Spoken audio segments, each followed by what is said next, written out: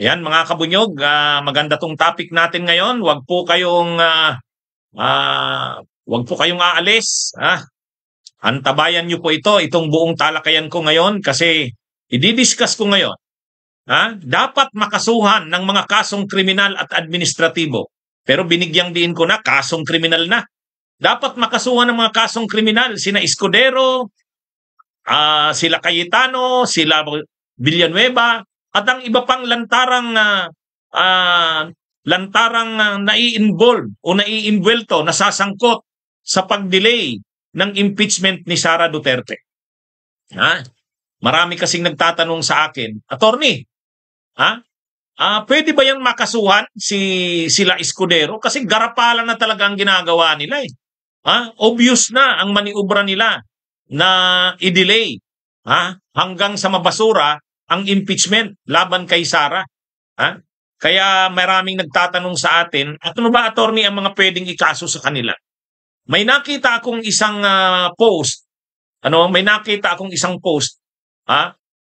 ni Juan Luna Vlog. Magaling ito si Juan Luna Vlog eh. Maganda yung kanyang post, kaya ini-screenshot ko. I-discuss ko dito sa inyo yung laman ng kanyang post. Maganda yung kanyang pagkaka-discuss sa post niya.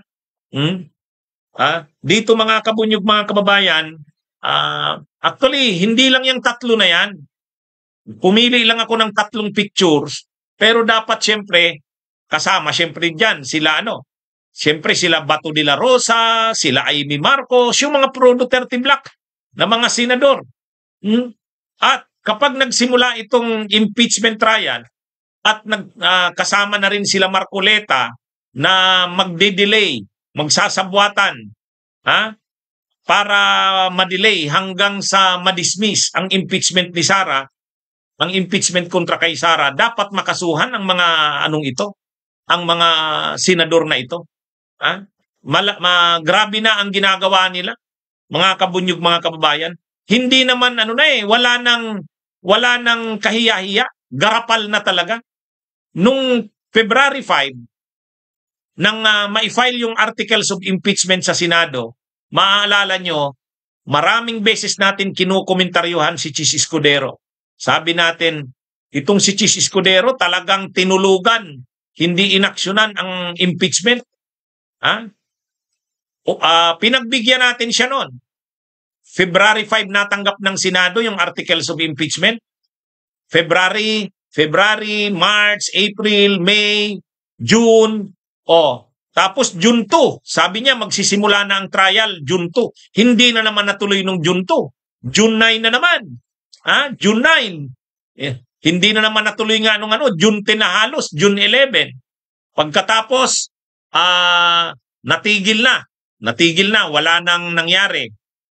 Ngayon na namang July 29. July 29, hindi na naman daw tuloy, sabi ni Villanueva. Ano na daw? August 4 na daw. Gaano tayo kasigurado? Baka na naman yung August 4 na naman na yan, hindi na naman matuloy. Kaya sa mga nangyayaring ito, mga kabunyog, mga kababayan, sa garapalang ito na ginagawa nila Escudero, nangunguna itong sila Escudero, Cayetano, Villanueva, at syempre yung mga pro-Duterte Black na mga senador. Dapat makasuhan ang mga ito. Ano naman kaya ang pwedeng ikaso sa kanila? Ito mga kabunyog. Ito, alisin ko muna yung pictures na yan. Lumabas na ito sa, balita na ito sa Philippine Star.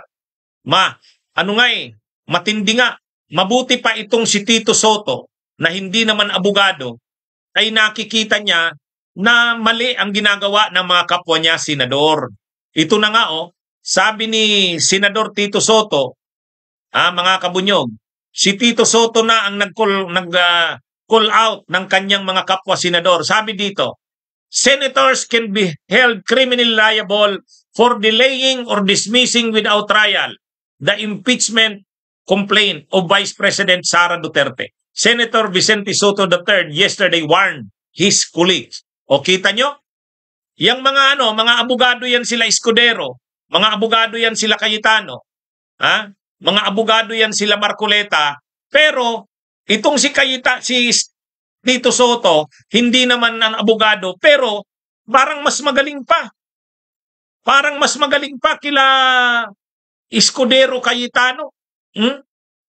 Mas abogado pa mag-isip itong si Tito Soto. Sa totoo lang. At saka si Lacson. Ha? Oh. Ano ang mga pwedeng ikaso sa kanila? Ito yung ano dito mga kabunyog. Unang-una, paglabag sa konstitusyon. Ha? The 1987 Constitution is unambiguous. Ibig sabihin, napakalinaw. Walang hindi malabo ang nakalagay sa konstitusyon. Unambiguous. Article 11, Section 3, Paragraph 6 states, open quote, when the House of Representatives has filed the articles of impeachment, the Senate shall proceed forthwith to trial. Close quote. Yan ibig sabihin, yan ang eksaktong nakalagay sa konstitusyon. Yan ang hindi sinunod nila Chis Escudero. Yan ang hindi nila sinunod. Malinaw, yung constitutional process na nakalagay sa konstitusyon ay hindi nila sinusunod. Linalabag nila. O yan napakalinaw ng Article 11, Section 3, Paragraph 6. Pag nakalagay dyan, open quote, when the House of Representatives has filed the articles of impeachment, the Senate shall proceed forthwith to trial. O yan Ang forthwith, ang ibig sabihin yan, kaagad-agad. Kaagad-agad. Immediately. Anong ginawa ni Chis Escudero? When the House of Representatives has filed the articles of impeachment, kailan ba final? Kailan ba final ng House of Representatives? Kailan final sa Senado? February 5. Okay, ang rason na naman ni Chis, wala daw session ang Senado. Walang session.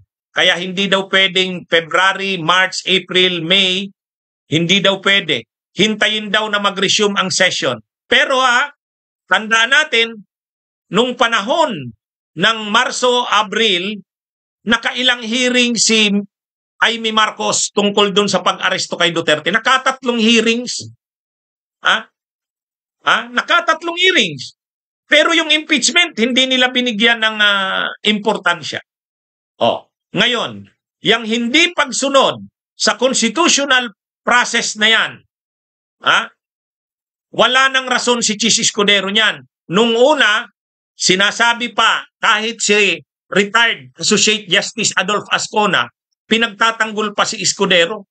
Sabi ni retired Associate Justice Adolf Ascona, reasonable delay naman yon kasi may election.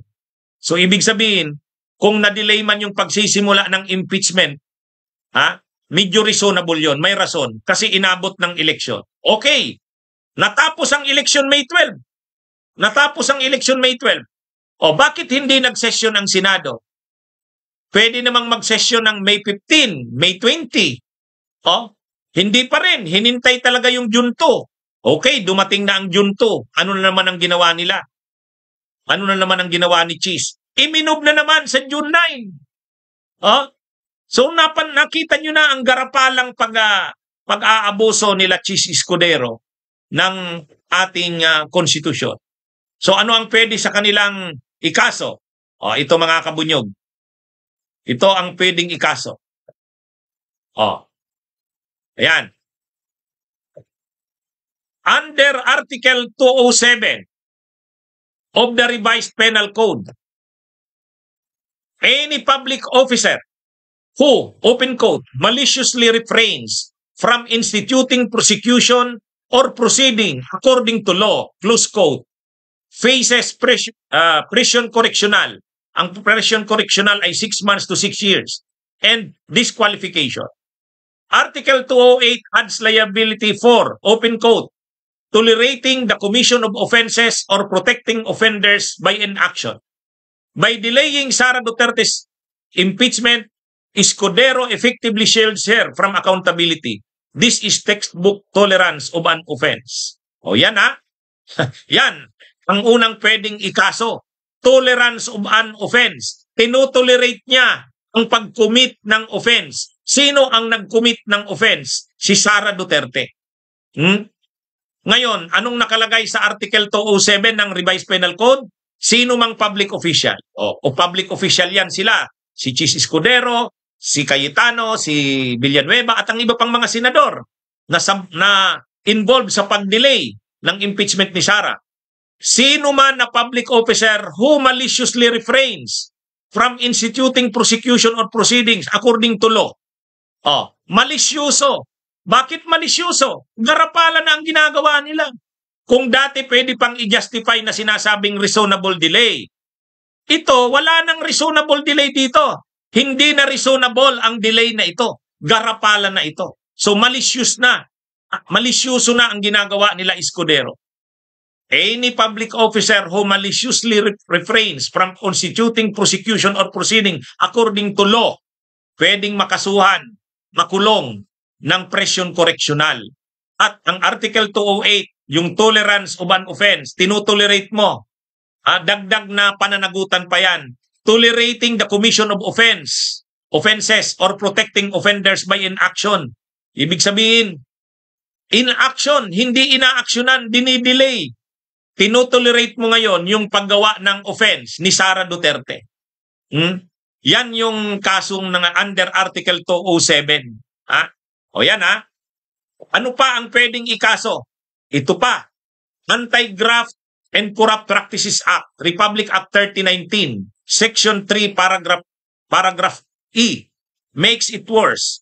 Giving, open quote, unwarranted benefits, close quote, or acting with, open quote, manifest partiality, close quote, or open quote, evident bad faith, close quote, to protect another public official carries 6 to 15 years in prison and perpetual disqualification. O yan, mabigat yan Sa Republic Act 3019, yan ang Anti-Graft and Corrupt Practices Act. Sa Section 3 niyan, paragraph E, giving unwarranted benefits. Binibigyan mo ng pabor or nag-aakto ka ng napakalinaw na partial ka. Ibig sabihin, pinapanigan mo. Para maprotektahan ang isang public official, ang isa pang public official. O ano bang ginagawa nila Chis Escudero? Ano bang ginagawa nila Cayetano? Ano bang ginagawa nila Villanueva? Ano bang ginagawa ng mga pro-Duterte black senators na yan? Di ba? Napaka-obvious na binibigyan nila ng unwarranted benefits. Pumapabor sila kay Sara Duterte. Manifest partiality. Evident bad faith. Napakalinaw na masama ang ginagawa nila para maprotektahan ang isa pang public official. Yan ang kaso nila under sa Republic Act 3019, Section 3, paragraph E. May parusa yan na 6 to 15 years na pagkakakulong. Pwede silang perpetual disqualification. Hindi na makakatakbo sa anumang posisyon sa gobyerno. Republic Act 6713, Code of Conduct further requires public officials to act promptly and expeditiously on matters pending before them. Every day of Escudero's delay violates this mandate. Napakalinaw Republic Act 6713, Code of Conduct. Anong nakalagay? Public officials are required to act promptly and expeditiously on matters pending before them. Sa tingin nyo, inaktuhan ba promptly and expeditiously nila Escudero ang matter na yan tungkol sa impeachment? O napakalinaw na hindi? Napakalinaw na hindi. So yan mga kabunyog, mga kababayan, napakarami na tayong sinight.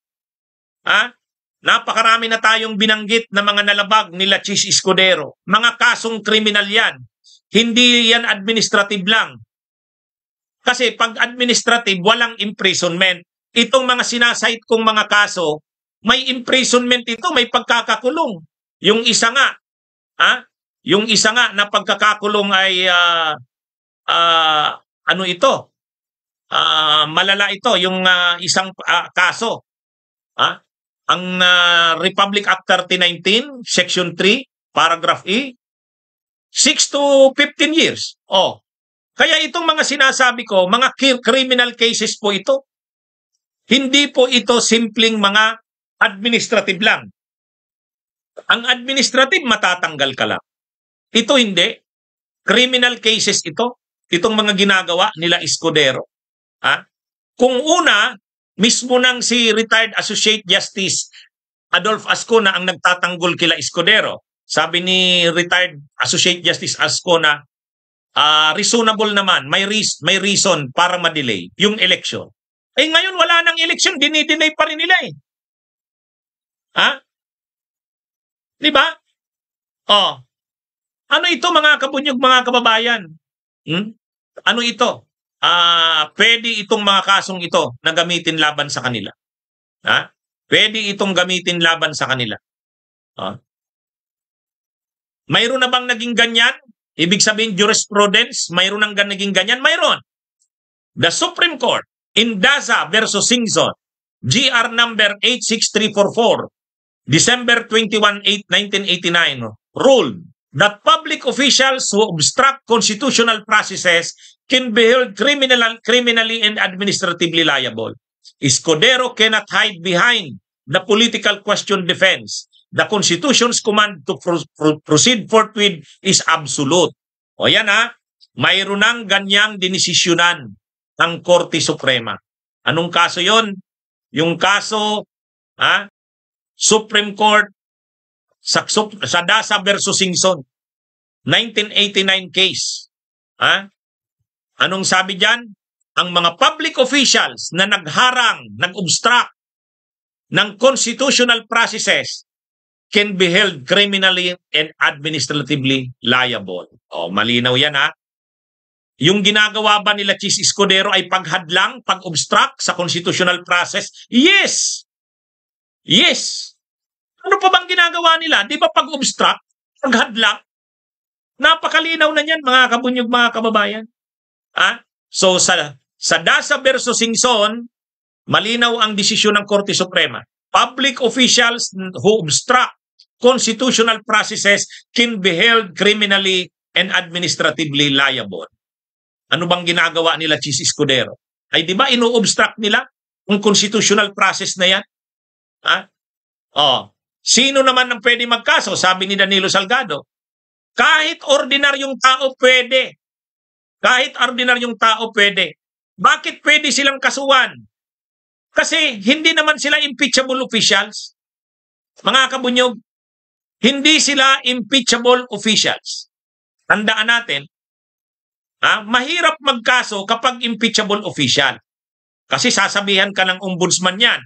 Pag nagkaso ka sa ombudsman, sasabihan ka ng ombudsman. Pagka impeachable officials, hindi kami pwede. Pwede lang kami mag-investigate. Pero pagdating sa prosecution, hindi kami. Di ba? So dito, hindi naman yan impeachable officials, mga senador lang yan. Kaya hindi sila pwedeng sabihin na hindi sila pwedeng kasuhan.